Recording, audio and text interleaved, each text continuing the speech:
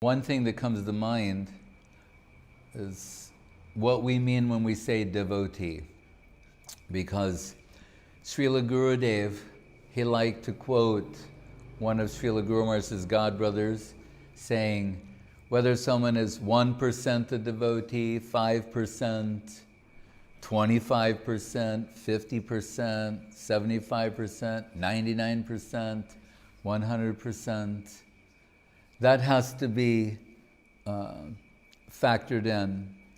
And the scriptural support for that is we have the headings, Karma Misra Bhakti, Jnana Misra Bhakti, Jnana Shunya Bhakti. Right? So Misra means mixture. So we hear there's a type of Karma Misra Bhakti, there's devotion but some karma mixed in. Jnana Misra Bhakti, there's devotion but some jnana mixed in. And Guru Maharaj would tell us, or he reminds us repeatedly, he says, there's gradation in everywhere and everything. And just to underscore that point, he'd say, no two things are identical. They're even identical twins, right? In the world, some people cannot tell the difference, but the mother usually can, hopefully. Right? She knows, oh, this one, they even know they're a little bit physically different, but they know by nature. I remember being on an airplane, sitting next to a lady, and she had these two little girls who were identical twins with her. And she said, one is like a really girly girl. She really cares about what she looks like, how she dresses, everything. And the other one, who is identical to her, could care less about what she, even though they're wearing matching clothes, everything looks the same. She's saying, this one really cares, that one doesn't. She knows that. So there's gradation everywhere and in everything. So this all-important matter is, what is a devotee? Who is a devotee? What is devotion, real devotion? And we could make a case that Krishna consciousness, beginning, middle, and end, is a study of devotion. So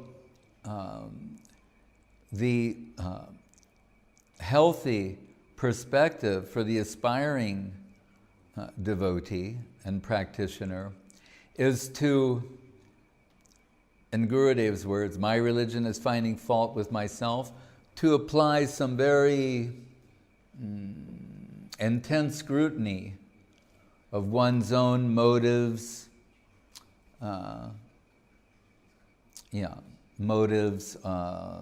and position, whereas giving the benefit of the doubt to others. Which means we'll think, sometimes Saraswati Thakur would even express that all others are serving Krishna. We hear this from the great devotees. The Mahabhagavata is saying, all are serving Krishna, only I am not. There's that type of vision. And from a Mahabhagavata, it is understandable. They're not distinguishing. Therefore, we're told that the position of Guru is enacted from Madhyam Adhikar, means even a Mahabhagavata must descend to the Madhyam, the middle position, where one distinguishes, makes some distinction between the 1%, 5%, 25, 50, etc. What is tacitly understood from this as well, and we're warned by Bhaktivinoda Thakur, implied, is that when you start analyzing, you run the risk of committing offense. I may have mentioned recently when Vishwanath Chakrabarti Thakur, he's given some comparative analysis between Devaki and Yashoda, and in the Brahma Vimohan Leela. So he's observing the good fortune of those as Krishna expands into all the identical cowherd boys and calves, how Chakravarti Thakur is celebrating the good fortune of those mothers who had Krishna as their son for a year. As we know in the story, that Krishna identically taking on their forms, it's unknown to the mothers. They just know internally that for some inexplicable reason, the love they only normally feel for Krishna, everyone loves their child the most, but they know privately in their hearts that actually they love Krishna more. But for this 1 year, they're thinking, now that kind of love I used to only have for Krishna, I'm feeling towards my own child. And they're just thinking this is some peculiar thing. They are jnana shunya bhaktas.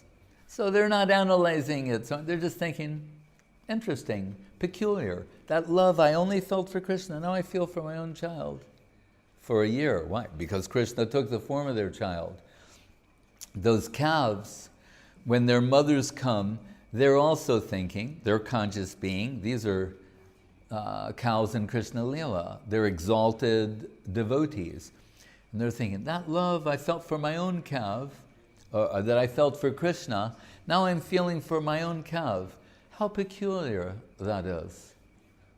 So it takes someone of the stature of Vishwanath Chakrabarti, he makes this analysis and says, it's interesting that if we compare Devaki and Yashoda, we see that because Krishna left the prison cell almost immediately, some will say Devaki never had the opportunity to breastfeed Krishna. Some may say once that like she breastfed Krishna and then Krishna was carried away to Gokula. But whereas Yashoda was always breastfeeding Krishna.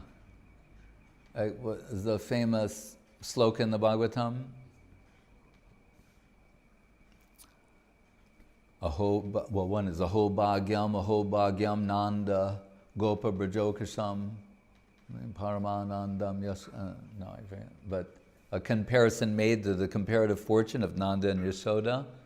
Yashoda more fortunate than Nanda Kim Akarod Brahmam Shreya Eva Mahodayam Yashoda Va Mahabhaga Papo Yasya Stanam Hari. Why is Yashoda, through analysis, understood to be more fortunate? We say Nanda Yashoda, mother, father. Why? She's breastfeeding Krishna. That particular seva is coming from her. So that point is made. Chakrabarti Thakur is saying, so we can understand from this sort of analysis perspective the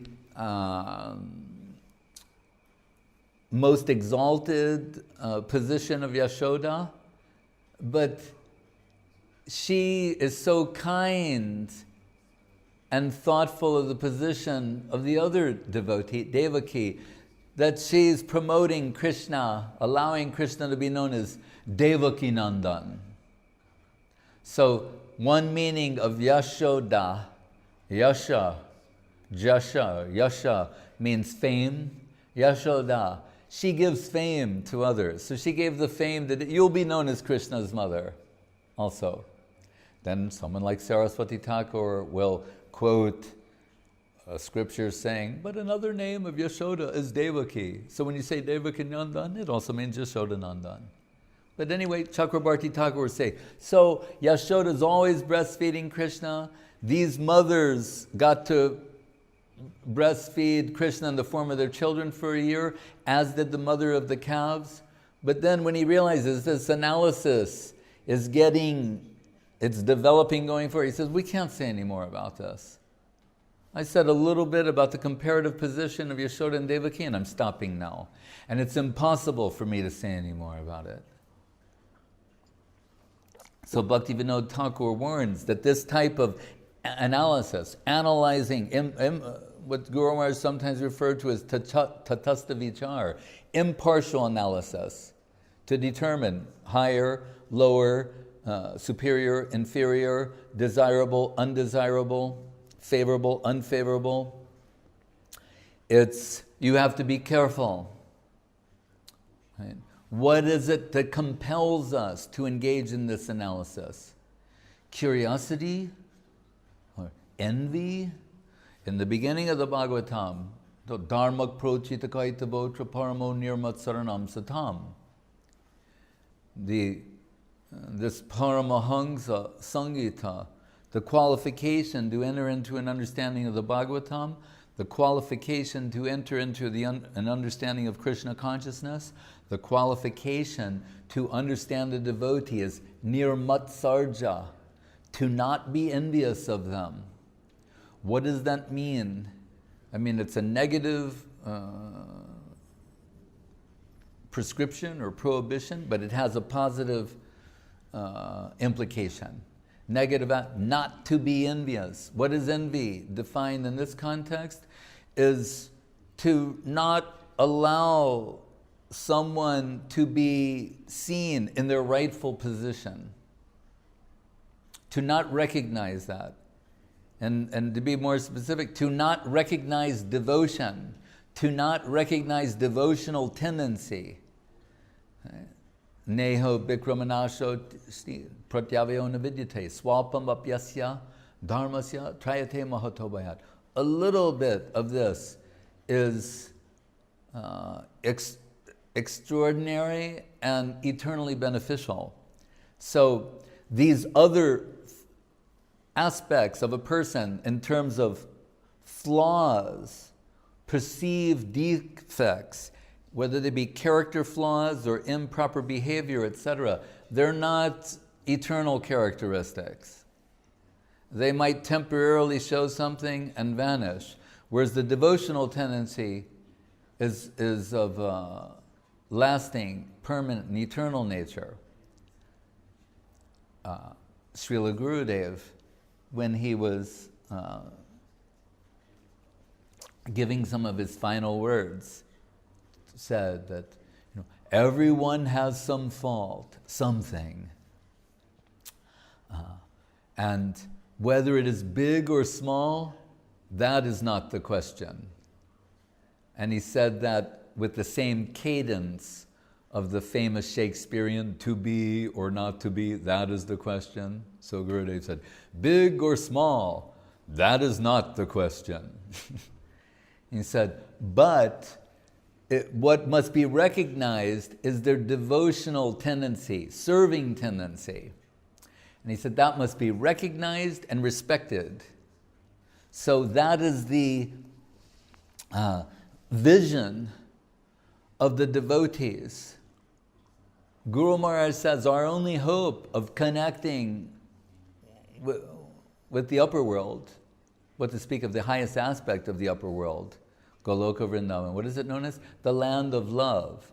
Love conceals all deficiencies. Right? And speaking of Shakespeare, in The Merchant of Venice, there's this famous talk given by Portia that begins with the line, the quality of mercy is not strained, it rains like the gentle rain from heaven. Something like that. I'm paraphrasing. But there it's also mentioned, but for mercy, we have no hope of redemption, if we want to use that word. So, you see in the Bhagavad, we're looking repeatedly, how we will view things. We say Shastra Chakshu, through the eyes of Scripture, through the eyes of the devotees. So what do we hear from the Scripture? If we hear these statements, if we're paying attention to the statements, the Braja Gopis and others, we'll hear things, just like I said in that statement, where the devotees are running. What did Nanda do? Nanda Kimma Karod Brahma. What did Nanda do that he's got Krishna crawling in his courtyard? What did Yashoda do that the Supreme Lord is sitting on her lap sucking her breast? That's a question from a devotee. Others will say, Aho bakiyam stana kalakutam jigam sayapayayadapya sadvi lebhegatim datri uchitam tatonyam kamba dayalum sharanam brajema. saying, Putana, she approached Krishna with murderous intentions. And he turned it into something else. Right? Once, Srila Prabhupada Swami Maharaj mentioned about some particular disciple of Saraswati Thakur. He's speaking a little harshly. He said, he was serving our Guru Maharaj like Putana. He said, but like Putana, Krishna's taking the seva. So he said, Saraswati Thakur is taking the seva, and that person became liberated. Then you think, well, what is Krishna consciousness? But those devotees, they're saying, but let's listen to everything they're saying.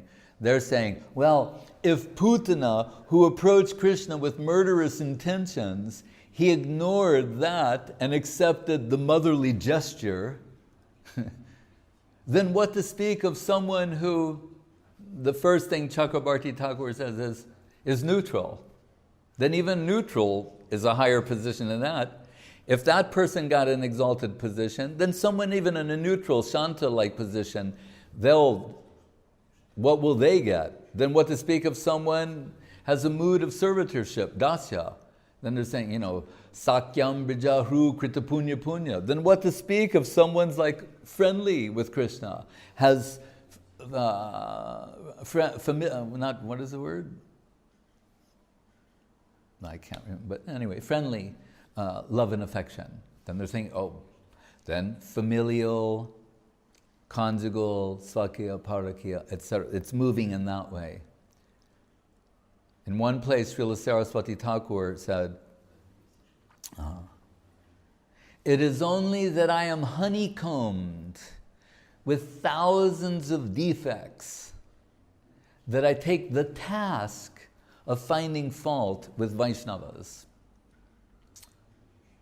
And then he gave an example of his, divine vision. He said, sometimes if someone hears someone is no longer taking the name of Krishna, they might be critical. Saraswati Thakur said, I'm thinking, so much seva came to them by the Krishna Nam that they had been taking. Now so much seva has come to them, they're not taking Krishna Nam. So this type, again, Maha Bhagavad adjustment, come down to the middle position and distinguish something. But then again, very carefully, very cautiously, like Srila Guru Maharaj will say, it's possible that if someone really thinks something is wrong, objectionable, scandalous, whatever you want to say, that they could approach a higher authority and say, in this situation, I don't know what to think. I'm bringing this to your attention. Please advise me. That's possible. But we should be very cautious of these things. And he gave his own life as an example where there was one devotee in Gaudiya Math who some devotees felt was really abusing his position and finances and many things. But they were afraid to approach Saraswati Thakur because he is rendering so much service to him and to the mission. But then they thought, but Srila Sridhar Maharaj, he's so pure, he's not a fault finder by nature, he has the disinterested nature. If we can convince him to present this to Saraswati Thakur, that'll be good for us. If he represents the position, then Saraswati Thakur will take it seriously. So Srila Guru Maharaj approached Saraswati Thakur and presented their case to him. And Guru Maharaj said Saraswati Thakur was visibly disappointed with him and said, I could expect this from the others, but from you, I can't tolerate it. And I couldn't think that you would approach me with something like this. Others maybe, but not you. So he expressed some disappointment, and Guru Maharaj was very chagrined, and this was very painful for him. And he withdrew that immediately and mentioned various things that Saraswati Thakur said. One of which was because something in terms of monetary exchange and things like that. He said, I am prepared to throw money in the Ganga if it's necessary for the service of Mahaprabhu. And he gave some other considerations, but left it. The Guru Maharaj left it, he left it. Then 3 months later, they're in South India, and they're touring the Mat, and there's some publishing going on and different things. And there's a Bhagavatam that's open. And Saraswati Thakur walks up to the Bhagavatam and sees which sloka it's open to. And he tells Guru Maharaj, here's your answer. Because it was 3 months later, Guru Maharaj was thinking like, what question did I ask? And then he thought, oh, Prabhupada, Saraswati Thakur, he's still thinking about that all this time. And he's going, here's your answer. And the sloka given there is this swapada moolam bhajata priyasya, which, and just to render it roughly, saying, if someone has exclusively dedicated their life to the service of the lotus feet of Guru and Gauranga, Radha Govinda, that if they make some mistake, some character flaw, behavioral problem, whatever it might be, there is no punishment for that. There's no prayaschitta, no atonement. Why? First of all, they've dedicated themselves wholesale to the service of Guru and Gauranga. And secondly, there's nothing more purifying than that seva. So to take them from that seva and say, well, they'll have to do this as a penance, or they'll have to do this as an atonement, you're sending them to something that's less purifying than what they're already doing. So similarly, in that apichet suracharo bhajate mam ananyavak slok in Bhagavad Gita, where the Mahajans sing Bhaktivinoda Thakur, taking Krishna Nam, walking in the subtle world, invite him in their Gita class assembly to explain that what is an Ananya Bhakta? What qualifies for this? That's the point. Because we'll say, all right, an Ananya Bhakta, then it will be ignored, dismissed. But what is an Ananya Bhakta? And so they say, oh, here's one, Bhaktivinoda Thakur, let's invite him. And he'll explain. And that's when he explains the next verse saying, Kipram bhavati dharmatma shashvat shantim negacchati konteya prati janihi name bhakta pranasyati.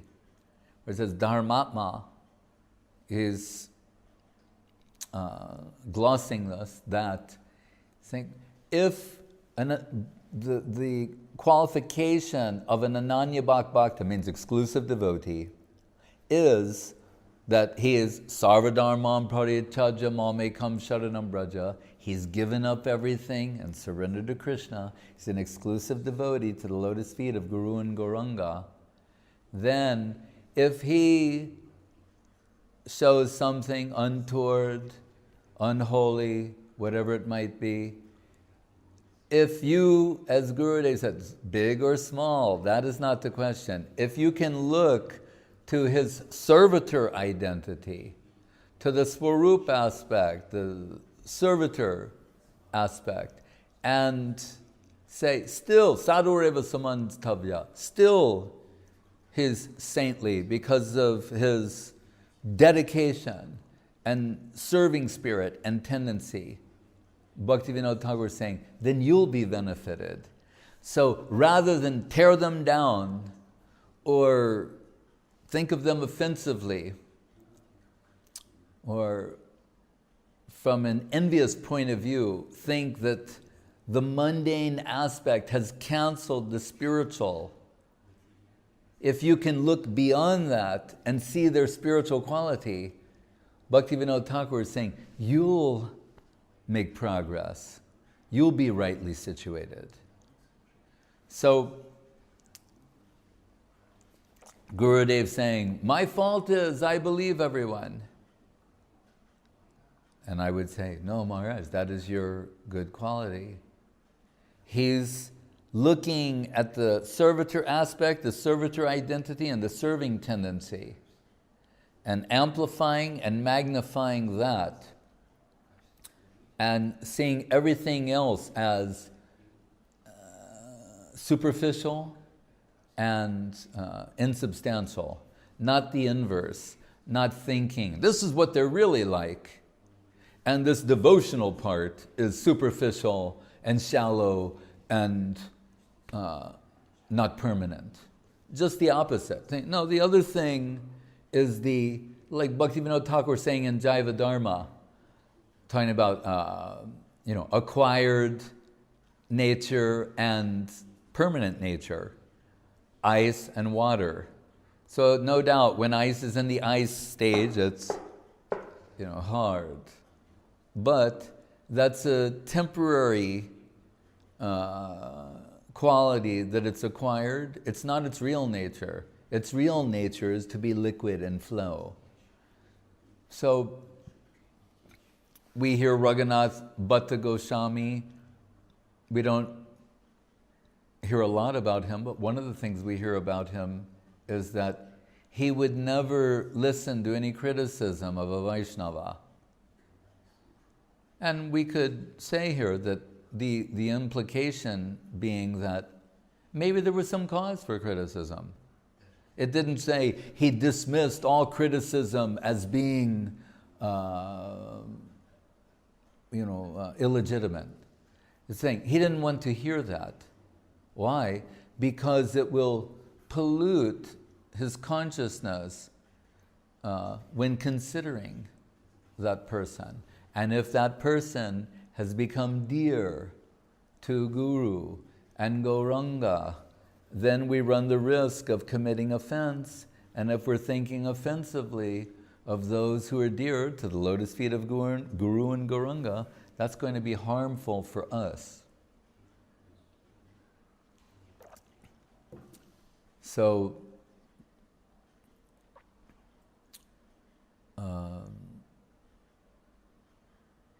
at all costs, we want to avoid committing Vaishnava aparadh.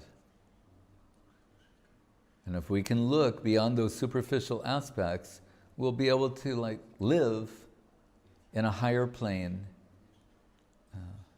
happily, instead of the heart being like a cancer. Envy of devotees, Vaishnava aparadh, fault finding is like a cancer.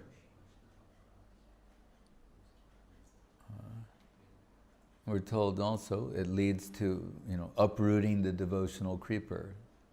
So at all costs we have to avoid that. And when we say 5%, 25%, we'll have to say, well, I don't know. Am I the person who can make that valuation? That this person is 50%, 75%? I think he's around the high 80s. No, so then we'll look to the higher Vaishnavas. And we've seen in the case of Srila Gurudev, sometimes one servitor is not appreciating the spiritual qualities of another, to put it mildly. Right? But then you see, but Gurudev has a good relationship with both. Both of them love him, he loves both of them. So then the disciple will think, I want to match the sentiments of my Guru. If he thinks this person is all right and he's giving them love and affection and recognition, how can I not? Better I adjust myself. But that said, once that happens, maybe more than once. But in my case, once it happened where I thought some particular person, that they needed to be quarantined. Let's use that word.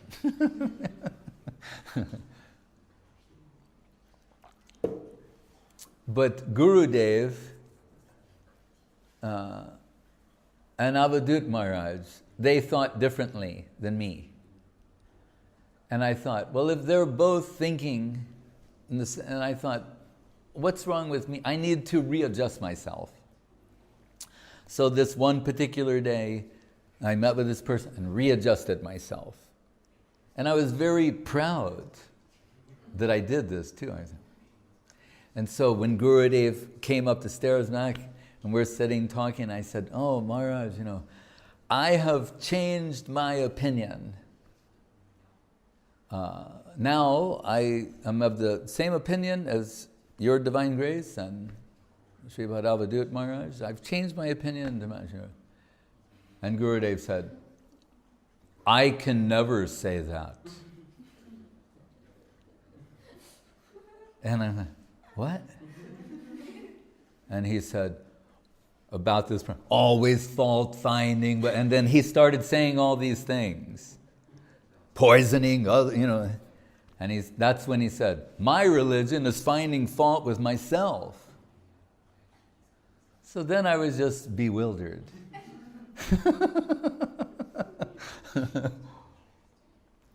But I thought, he's the higher Vaishnava. If he's making some determination, then we're all right. In either direction, that is our position.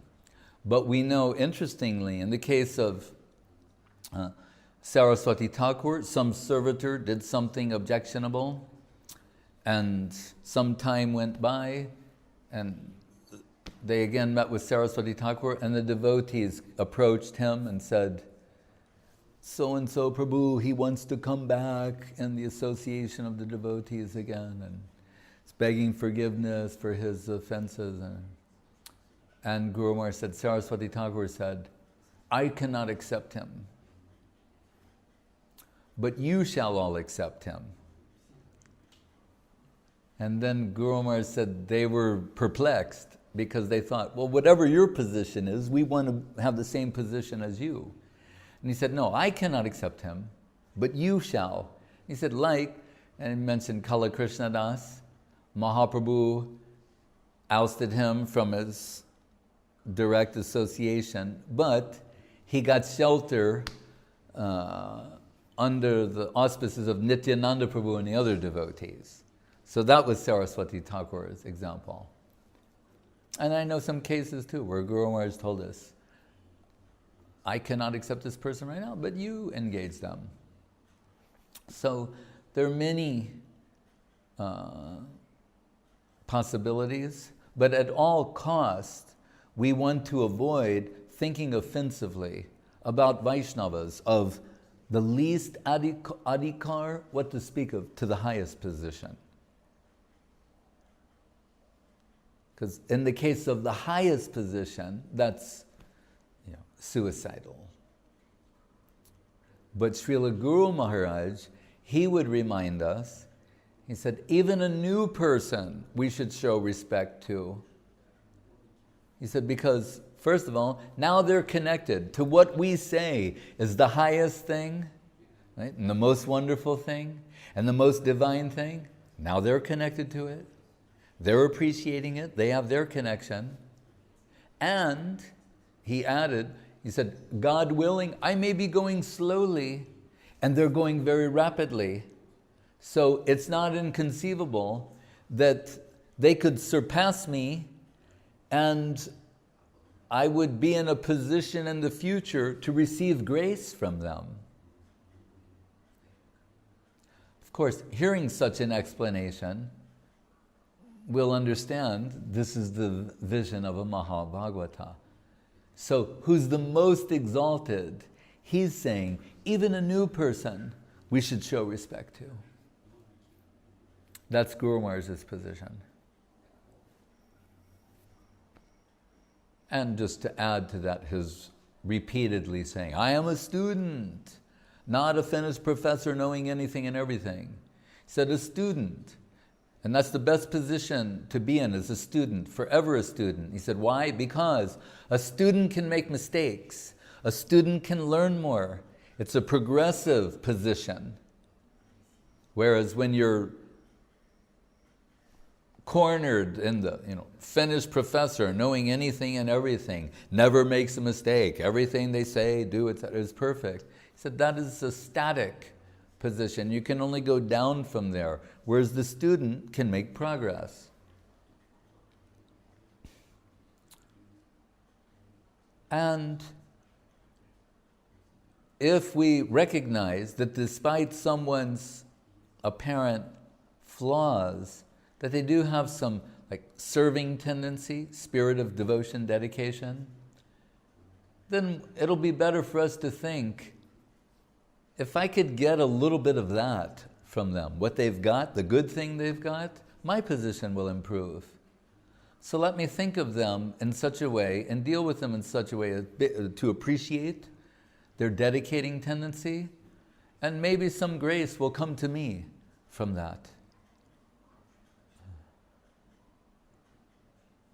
And once I asked Guru Maharaj, having heard his explanation of Apichet Suracharo, and I said, Maharaj, I heard that some God brothers objected to this explanation. And Guru Maharaj went, he said, who are these God brothers? And I went, I don't know. I said, you said. And then he laughed and he said, Judge of our Maharaj. And he said his point was, he was afraid that this will be abused. That everyone go, they'll use this explanation to justify misbehavior. But then we come back to the central point also about who is an Anyabhak, an exclusive devotee. An actual exclusive devotee will never apply this to themselves. They'll apply it to others, but they won't apply it to themselves. Because an aspect of being an exclusive devotee, pure devotee, is, in Guru Maharaj's words, they will never think that they have achieved anartha nivritti, which we can take in two ways. One is freedom from unwanted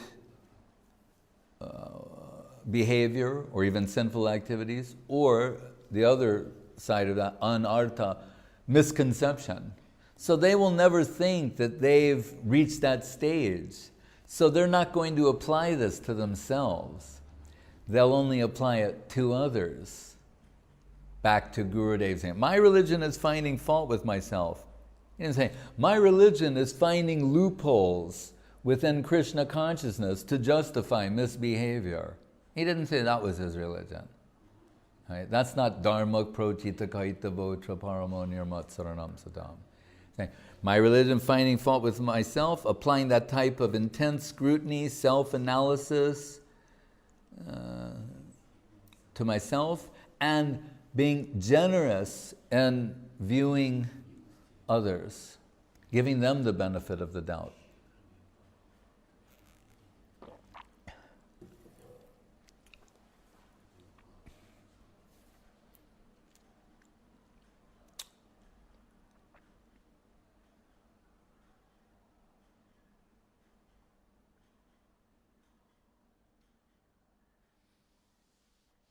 Hare Krishna.